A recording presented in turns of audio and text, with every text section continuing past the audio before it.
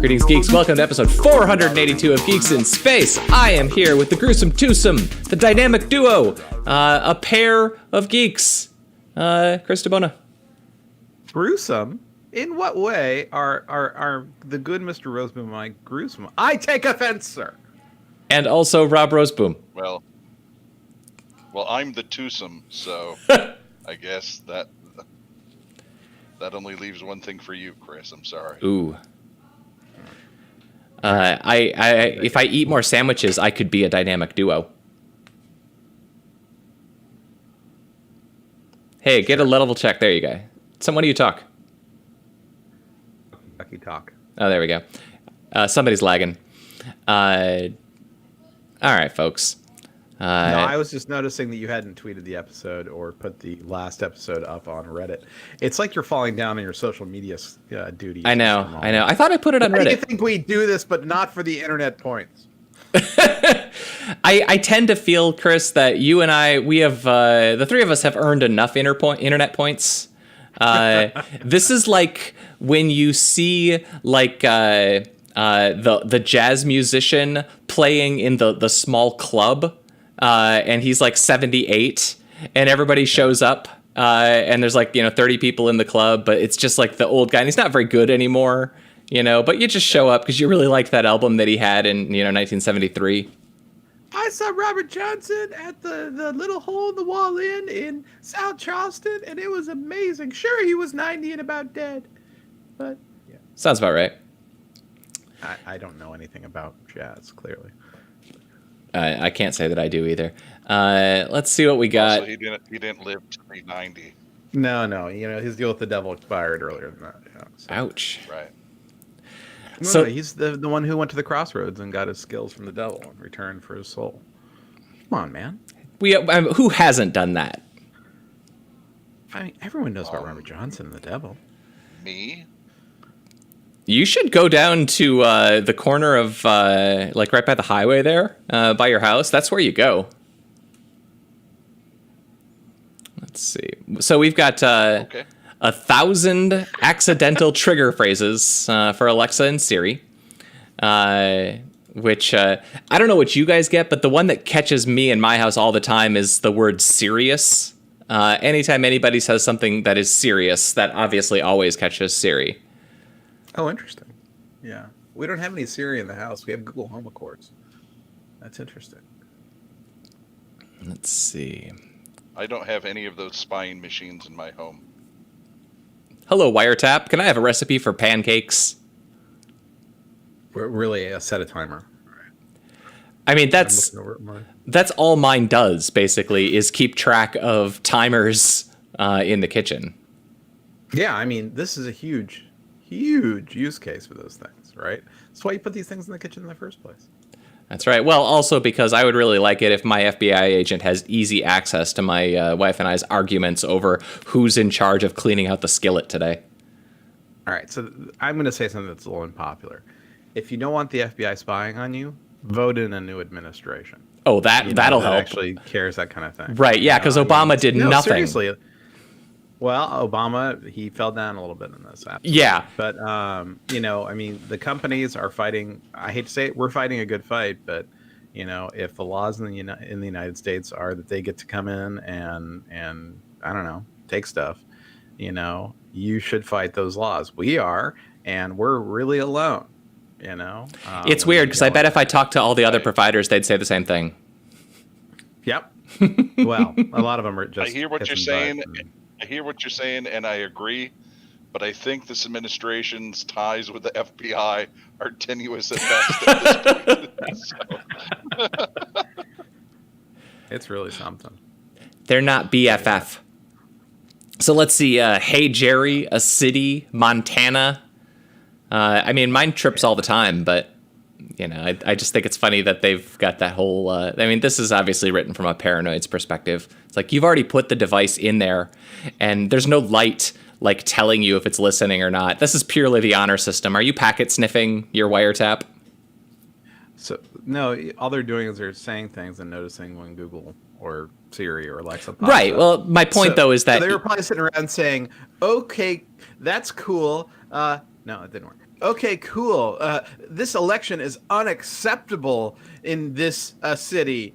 Hey, Jerry, did you see Hannah Montana this week? And seeing what caused it to do stuff. right. My Google didn't actually freak out. I don't think it said anything like, "I'm sorry, I didn't understand you." So. I guess all I'm saying is that my point is that if you're paranoid about that sort of thing, you shouldn't just have the device sitting in the middle of your living room there anyway, because I don't think that anybody believes with any seriousness that it's, we swear, honor's a scout's honor.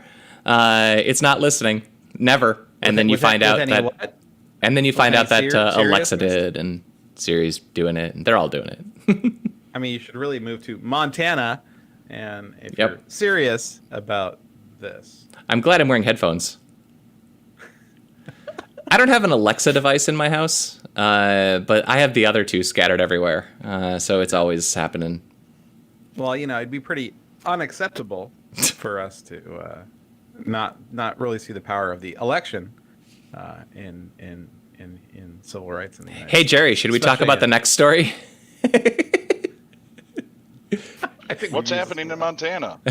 It's a fine state that should be a city, or city-state. I should write a letter. All right, sorry. That's right. For those of you who are just listening to this in the podcast form, we're basically walking through the phrases they put in the article, to try to mess with the various devices, because we're children. It's true. So MAME, I was unaware of this, but MAME has VT102 emulation. And this is just an article specifying how you can wire up a TTY to MAME and use it to, I guess, be the world's worst text editor in 2020. Say what you will, but I could probably operate this. This is amazing. This is really cool. I dig it. They do break down a few of the bugs with it. It's not an ideal platform. What? When we worked, or when we lived in Voorhees in the dorms, Nate somehow got his hands on an old terminal. They were deprecating terminals at the factory where he and I worked, and Nate got a terminal. And I just remember him having the old school green screen terminal like in his closet for connecting to his server and connected to his machine, because 1994, what's cooler than having your own green screen terminal in your dorm room? Yeah, it's true. If you tell me what's cooler is dating, then you're wrong, and I don't like you anymore. And I was going to say an amber screen. I didn't even think about dating. I mean, that's crazy, man. But those amber screens and the paper white ones that came out later, they were actually cool, man. Now that you mention it, I think Nate's was amber. What, the girl he was dating? No, that was Tiffany. She was paper white, though. Actually, technically, in that era, Nate might have been dating Kathleen. Oops. Let's see. Let's keep going. So NASA designed Perfume. And I'm a little bit mad about this for reasons that you guys know. But yeah, if you want a perfume... because your nose doesn't work. I got a broken nose. NASA designed a perfume to bring the smell of outer space down to Earth. I'm guessing not the station. I remember a story years ago that we posted on Slashdot about the smell of space. Wasn't it popcorn? So I'm glad that NASA, no, it was supposed to smell like sulfur and burnt marshmallows, if I remember right. But I guess NASA finally got around to putting that stink in a bottle. Gross. Well, I mean, if that's what it costs to send people into space. Well, we do have to. We do have to come up with some money for Space Force, so maybe this is all part of that. It's true. Space Force. Wouldn't it be great if we put Steve Carell in charge of the real Space Force?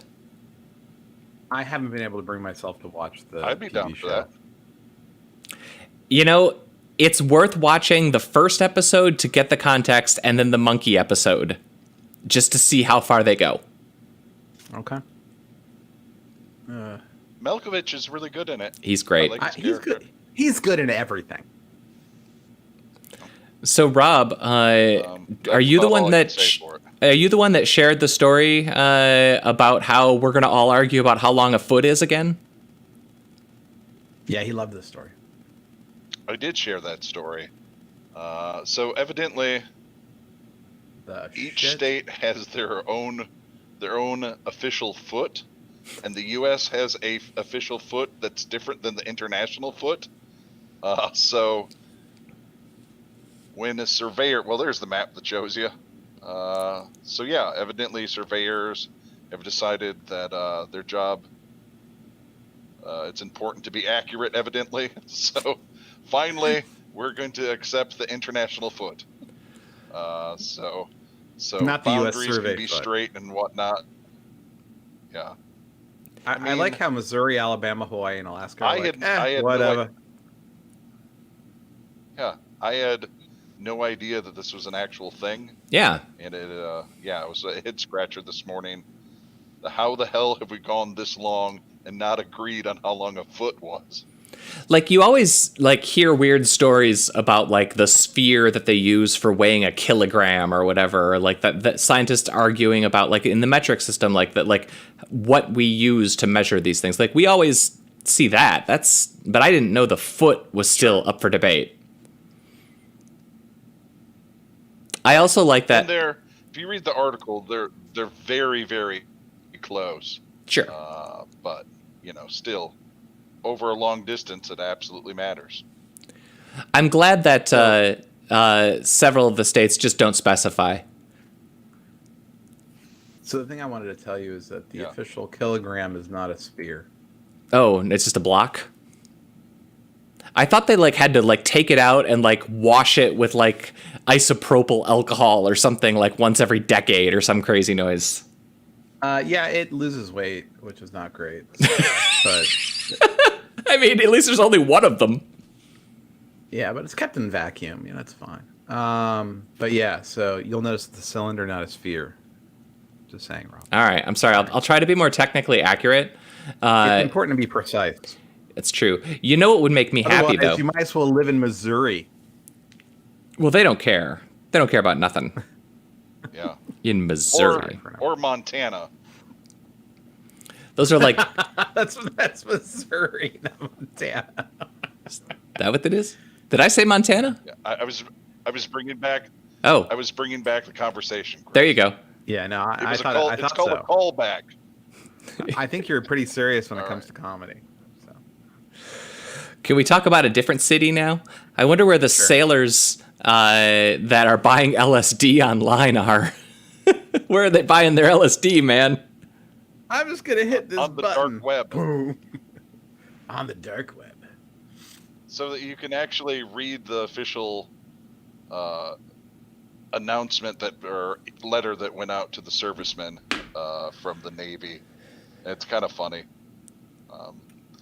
Funny, I don't know how they started an figured out international that incident. Well, I don't know how they figured out that too many Navy men were buying LSD on the dark web, but evidently it hit their radar, so they had to put out an official announcement. It hit their radar. Hey guys, can you stop like... Well, I mean, there's nothing that says that they're like, tripping balls on the deck. You know what I mean?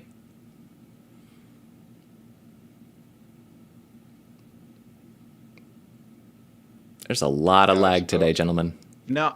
And I also wondered why specifically it was LSD. Yeah. That they were so worried about.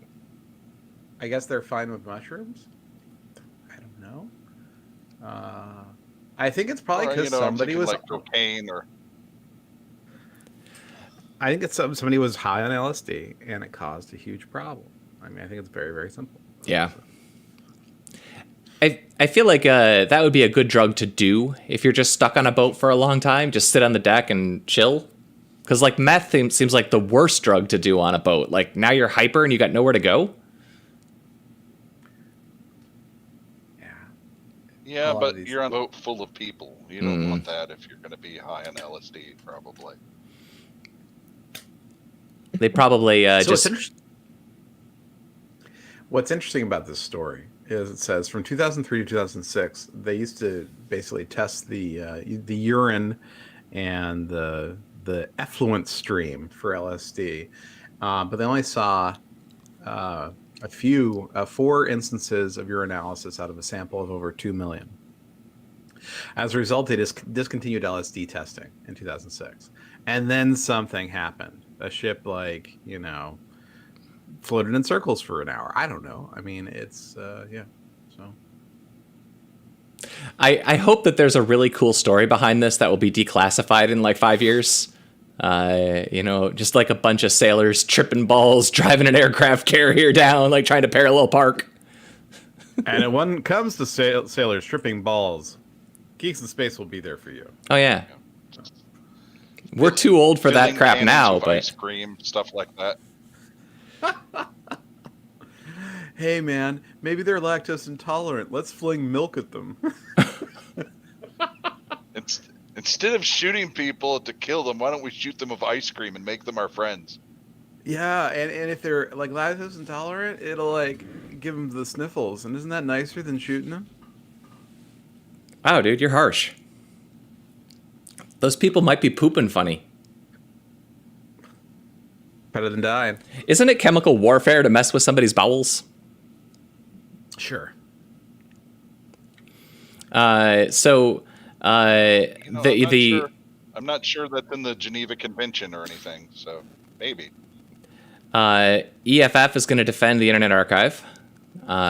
This has been like this ongoing weird story. They keep getting sued by random folks. No, it's not random at all. When they did their National Emergency Library, they invoked the wrath of the publishers. And as you know, we saw in the Google Book Scanning case, the one thing you maybe don't want to do is piss these people off, because they don't care if you stop. They don't care if you kowtow. They don't care about anything. They're just going to come after you. So, yeah, it's a mess. I guess I'm going to have to make some more pens to get people to donate to the EFF. Yeah, man, this is I have a lot of sympathy for him. This was a very hard time for Google during the book scanning lawsuits. The Internet Archive is a weird one too, because they obviously operate in a gray area in a lot of ways, but they are also, their gray area is so utterly important. Yeah. Just like there's very few things more important in terms of like in our modern age of where your president can just say whatever he wants and then some percentage of the population is just like, yep, that's true. Not having the Internet Archive to go back to and say, hey, 3 days ago, this page said this and now it doesn't. Like, yeah. That's kind of... Well, I think that's probably always been true. It's just usually the stuff said isn't so crazy, right? We swear there were 73 million people on the national lawn for the inauguration. Also, we're firing everybody who tweeted pictures. It was like 6 billion, dude. Come on. Billion? Come on, man. It was only the entire population of the East Coast made the drive to worship our new leader in chief. It was 93 trillion people on the mall that day. It's true. That's true. It was crowded. Every operator from the frontier, 14.3 trillion people. But remember back then when you didn't have to wear a mask? It's pretty cool. Maybe that's where it got started. Ooh, probably. Let's see. A Bitcoin wallet moved $1 billion. Well, $1 billion in imputed value of Bitcoin, yes. I mean, what's the difference between $1 billion in Bitcoin money and $1 billion in money that our government says is cool, man?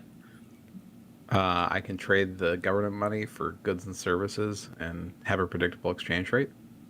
You ask for a lot in your currency. Sorry. I admire their 48 cents in fees. Well, this was This was undoubtedly Navy sailors buying LSD. $1 billion worth of LSD.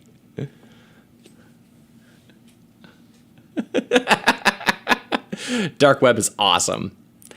You know, at that point, you might just as well buy like one of those used aircraft carriers that every now and then some nation goes under and sells their navy.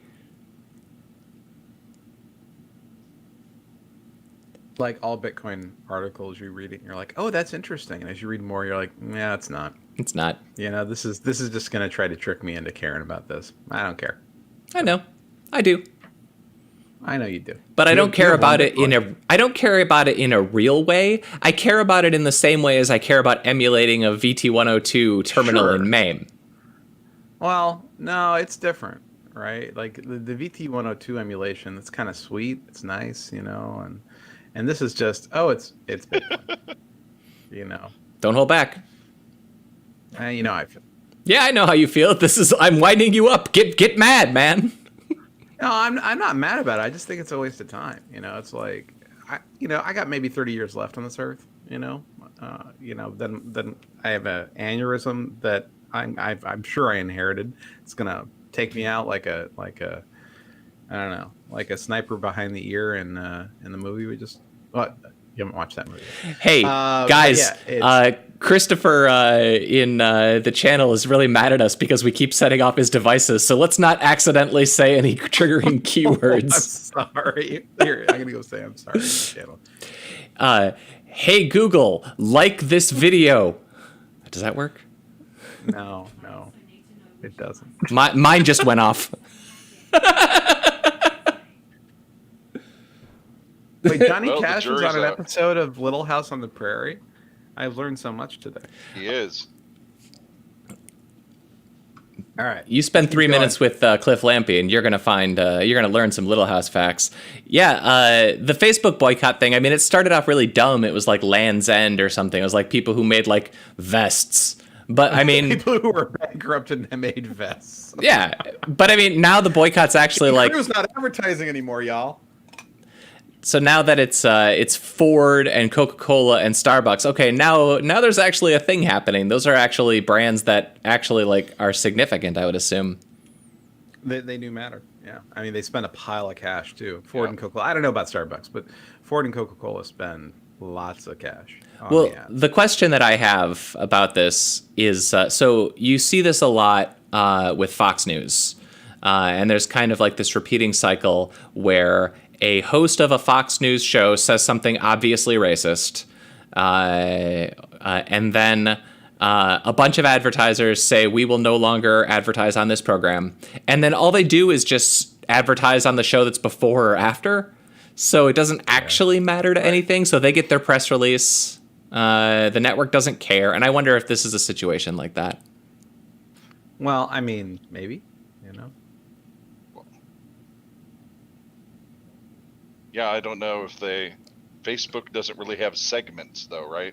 I mean, are you saying that Coca-Cola will no longer advertise in my Dungeons and Dragons Facebook group, but on Facebook as a whole they will yet?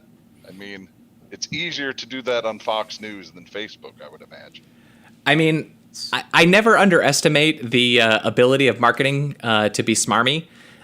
So I could see absolutely I would not be surprised in the slightest if what this actually was they said they aren't going to advertise on like 30 clearly offensive keywords, but they will on other ones.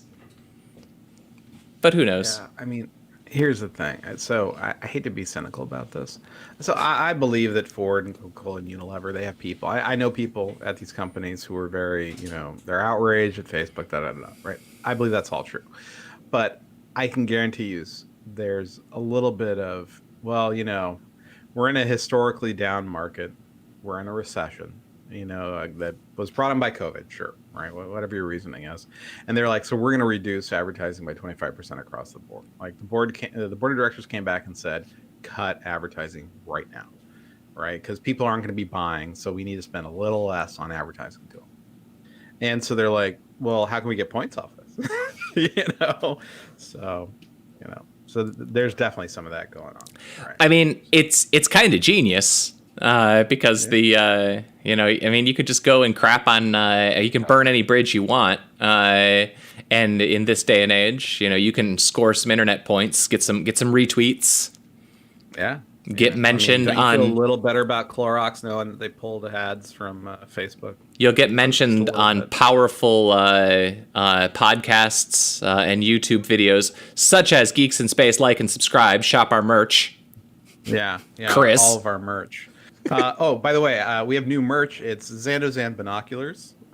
So if you have a need for Zandozan binoculars, you could find it in the in the Geeks in Space merch store. Shouldn't we be sponsored by either NordVPN or those Ray J earbuds? Raycons? No. So yeah, we probably should because we're so powerful and amazing. Oh, yeah. But for now, we've got Zandozan binoculars. All right. Cool. So if your eyes are a foot or so apart, we have got the binoculars for you. They're space binoculars. Are we talking about that alien from the Last Starfighter that had the mouth in between his eyeballs? Yeah, I'm showing it over my shoulder. I guess you. Oh, you're cropped. Yeah. Oh my. Pull your crop. image down, man. I'm gonna have the Zandozan binoculars take over. You should just pull that down right over your face. That's what I'm doing. Oh yeah, no, Boom. right over your face. You are now. That's what I'm talking. There you go. Zandozan binoculars There we are. in the Geeks in Space merch store. Get them today. They're going fast. Call now. Say if you're the first 100 callers or visitors to our website, you'll get 10% off Zandozan binoculars. Do you have a phone number or a URL? See them before they see you. See them before they see you. It and kind turn of you seems into like a those pile of binoculars should be burning like fabric. aimed out a little more. You know, let's get real. The Zandozan weren't really well thought out bad guys. I mean, they were terrible shots, and they were really incapable of even using a comm properly. I mean, the Last Starfighter is. I mean, that's all we know about the Zandozan. Well, and they talk about how much they smell all the time. So, I mean, even though they could look like someone else, they'd reek, right? So Yeah. you would know. Well, it was what's them. funny, and what's funny about it is they're described as a interstellar hit beast. So it's like they're bred. Maybe they were like jealous of Boba Fett. Well, what I was thinking is that clearly this guy has like an entire chapter in whatever the expanded Last Starfighter universe novelization is, where they go and give you like a chapter or two of backstory on every single character that you encounter on the space station. That's true. I liked that movie more than I'm willing to admit, but it is a problem. It's a great movie. It has problems. It's great. It's great-ish. Great. It's That's the right choice of words. It's great-ish. It's great adjacent. Right. It stole from great, for sure. And great stole from them, You're talking about the Well, Men in Black ripoff? Sure. Why not? It's in that sweet 80s spot, right? I mean, there are no absolutely fantastic movies from those times. Careful. Objectively. But they're fun, Yeah. Super fun. There's some great movies from the 80s. Empire Strikes Back, man. I guess 1979, but yeah. Okay. All right. And Jedi is, questionable. But still very important. Do we have anything else fun we want to talk about before the day is out and our lag beast kills us all? Yeah, it's an interstellar hit beast of our times. No, I was only going to mention that The Boys season 2. Oh yeah, the trailer's up. The trailers and small clips are out, and Stormfront is now a very emo woke person from Portland. Which is so funny. The way they present her, she's like Instagramming it or TikToking it, and she's like, "Look, here I am." Da, da, da. And they're like, "What are you doing?" And yeah, it's really good. It's really funny. Have either of you guys watched Dark? It'll be interesting. No. Go ahead, Rob. It'll be interesting. I was going to say it'll be interesting to see how that character actually develops, because in the comic book, Stormfront is a dude who was an ex-Nazi. So yeah. Cool. Well, I mean, Oregon was started as basically a white state. You know, I mean, it's got some dark past, and you get outside of Portland, you learn some stuff real soon. So it's not so weird that Stormfront would be from Oregon. So Indeed. Or Dark. Montana. There's a lot of groups there. It's a fine city. It's a serious city. Dark season 3 is out, and I just started it. And you guys gotta watch Dark. It's really good. I no, I want to. I've been Just rewatching Dark, Travelers not- with the family. So it's just dark, right? Not in the dark or the dark. Just it's dark. Because there's 3 different shows then. This There's one, dark, in the dark, and the dark. this one is Dark Crystal. German, but subbed or dubbed, and Gotcha. it is in the first episode, a kid goes missing. It's awesome. I mean, it reminds me a lot of Travelers, actually, Chris, in that it is a sci-fi premise, generally speaking, executed without special effects. And there's special effects when need be, but Travelers is way cheaper. Like, Travelers is like, we had no budget. Let's just talk about our time travel. Such a good job. They did. They did such a good job. I love that show so much. The other thing about Travelers that I really liked is that the performances on that show, a lot of them are really good, because they got the guy from like whatever that sitcom was in the 90s. Well and Grace. Yeah, and he's like big deal famous, right? And he's like the worst actor on that show. That's true. Like the whole core cast is just really compelling. Even the supporting actors are good, you know?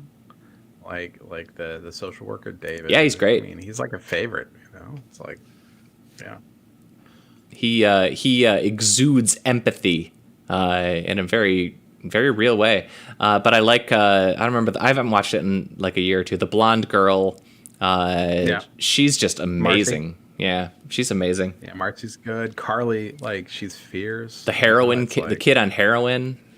Yeah, you know, it's really funny too. If you watch Travelers again, you're like, oh, there's someone from Letterkenny. You know, Oh, of course. It's really funny. Canada show. It's a Canada show. It's very Vancouver, like, and half of it is filmed on one street. I mean, you can really tell they're like, Yeah. okay, we have the street, film everything, and then we'll give the street back. You know? Well, I heard it described really well as it's a sci-fi show on a procedural crime drama budget. And that's very much. I mean, they gotta win it all on performance and writing, and they do. They do. It's true. It does get Trevor, the kid, you know, the old man who becomes the high school student. Yep. And his guidance counselor. Grace. Yeah. Fuck, she's terrific, man. The thing that my favorite part about that show is that like episode 5 has a finale that on any other show would have been the season finale, and they just ran full speed to a really awesome finale, like a mid-season finale. And shows don't do that anymore. They drag it out longer than they should. You know, they don't got enough ideas in the bag. My classic example of this is Dollhouse. Dollhouse in the last 2 episodes dumped so many great sci-fi premises down the chute that if they would have just sprinkled those sci-fi premises over the first season and a half, that show wouldn't have been canceled. Well, here's the thing. If you watch, so first of all, season 1 of Dollhouse is crap. But like season 2, they're like, oh, well, we're canceled. Yep. Let's just get it all in there. Yep. And you're like, dude, this is going to be great. Oh, Yep. no, it's gone. Yeah, I mean, had they put that stuff in season 1... Yeah, I think it's important to keep some things in the bag, but you want to lead well, right? I think You want that to get your best ideas out right away. that's very much you can like feel the meeting where Joss Whedon was like, guys, I made 8 seasons of Buffy, and by season 6 we were so desperate for ideas that we got to save these good ideas. We got to save them because we're going to need them in a couple of seasons. Instead of just like saying, no, let's make a really good show. Yeah. You know what we should do? We should have lots of episodes where she's a prostitute. The audience will love that. Yeah. It's like, you know. Yeah. We'll give them 2 minutes of science fiction and fantasy, and we'll go 50 minutes of just punishingly boring television. Okay, but I like what they did with that. In what I liked is not the individual episodes. What I liked is that by the time you got later in the show, they could roll in different things from Eliza Dushku's different characters, and that made her a very interesting character to watch.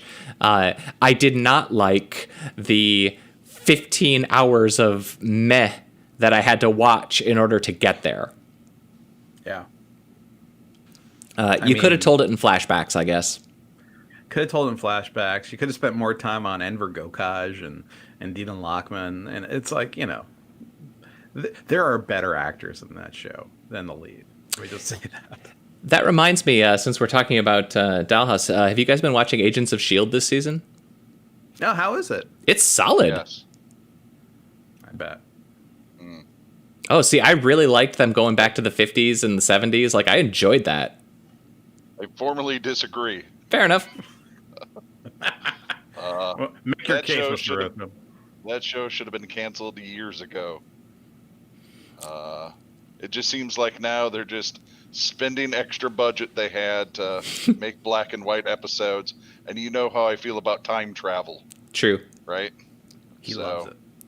Yeah. It's your favorite. I don't mind it if it's like important to the story or it's fleshed out or good.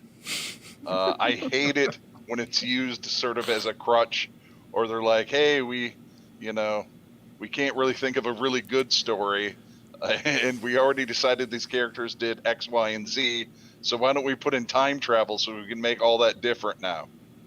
Totes. Well, I mean, the whole season where they were under the Kree, many thousands of years in the future, it was rough, but it was also a response to Disney basically saying, no, you can't do this, you can't do this. Have you considered renaming the show and making it about a different organization? Right. They're like, how about we just throw it a couple thousand years in the future and then it won't matter? They're like, okay, all right, that sounds like a good idea. Also, you can't call them the Kree, you have to call them the blue ones.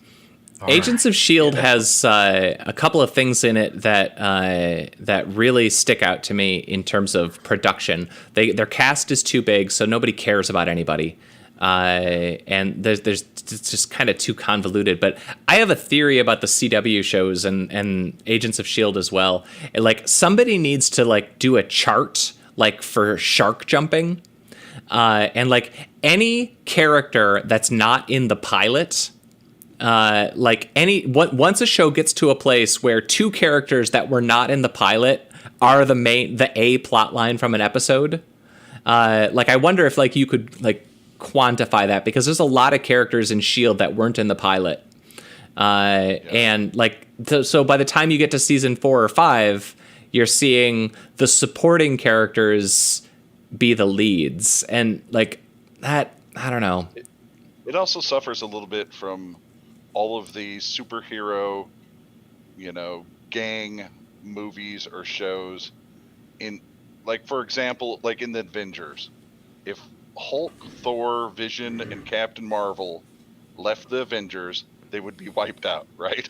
I mean, the power levels between different members of the group are... Hawkeye and Black Widow are fine, but they're not going to stop Thanos. I don't care what the movie showed, right? Right. And Agents of S.H.I.E.L.D. has that same sort of thing where they have a couple agents of superpowers and then a bunch of people who constantly need saving,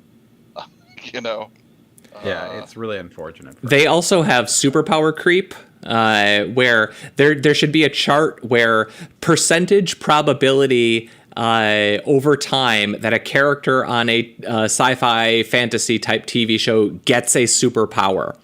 By the time you get to season 5 of any CW show, basically everybody has a superpower. Yeah. I hate that. They even try to make, stretch work. It's never going to work. I love that character. I think that the guy... Mr. Fantastic? Plastic Man. I think that him and his wife, was it Sue Dibney, are they are some of the best and most entertaining episodes in the last 2 seasons of Flash for me. I'm pretty sure he got booted, right? He did. Yeah. He had was some racist or racist something online. Oh Yeah. man, Yeah, bummer. He said some racist stuff, and he's out. So Bummer. I'm not sure what they're gonna do since he was a pretty big part of that show.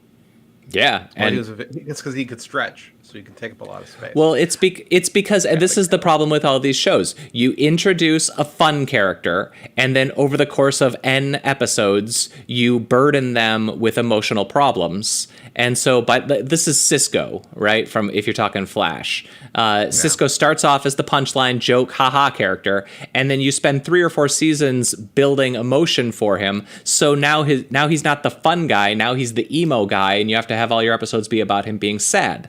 And I don't know, that wears thin because it's every character. So then you got to introduce a new comedy character and then spend 2 seasons burdening him with emotions. Yeah. And then you figure out that one's racist, so you have to get rid of him. And find a new funny dude. And now Sue is loaded down by being sad about her husband getting stretched and pulled to infinity and beyond, so he's dead. You know. It's not good. Hey guys, let's go and be our normal real world selves. Yeah. All right, sounds good. All right, this has been episode 482 of Geeks in Space, the Star League recruiting special. I'd like to thank Chris DeBona. Thank you for having me. Rob Roseboom. See you later. And I am Rob Commander Taco Malda. Take care, be well, and we will see you probably on Friday.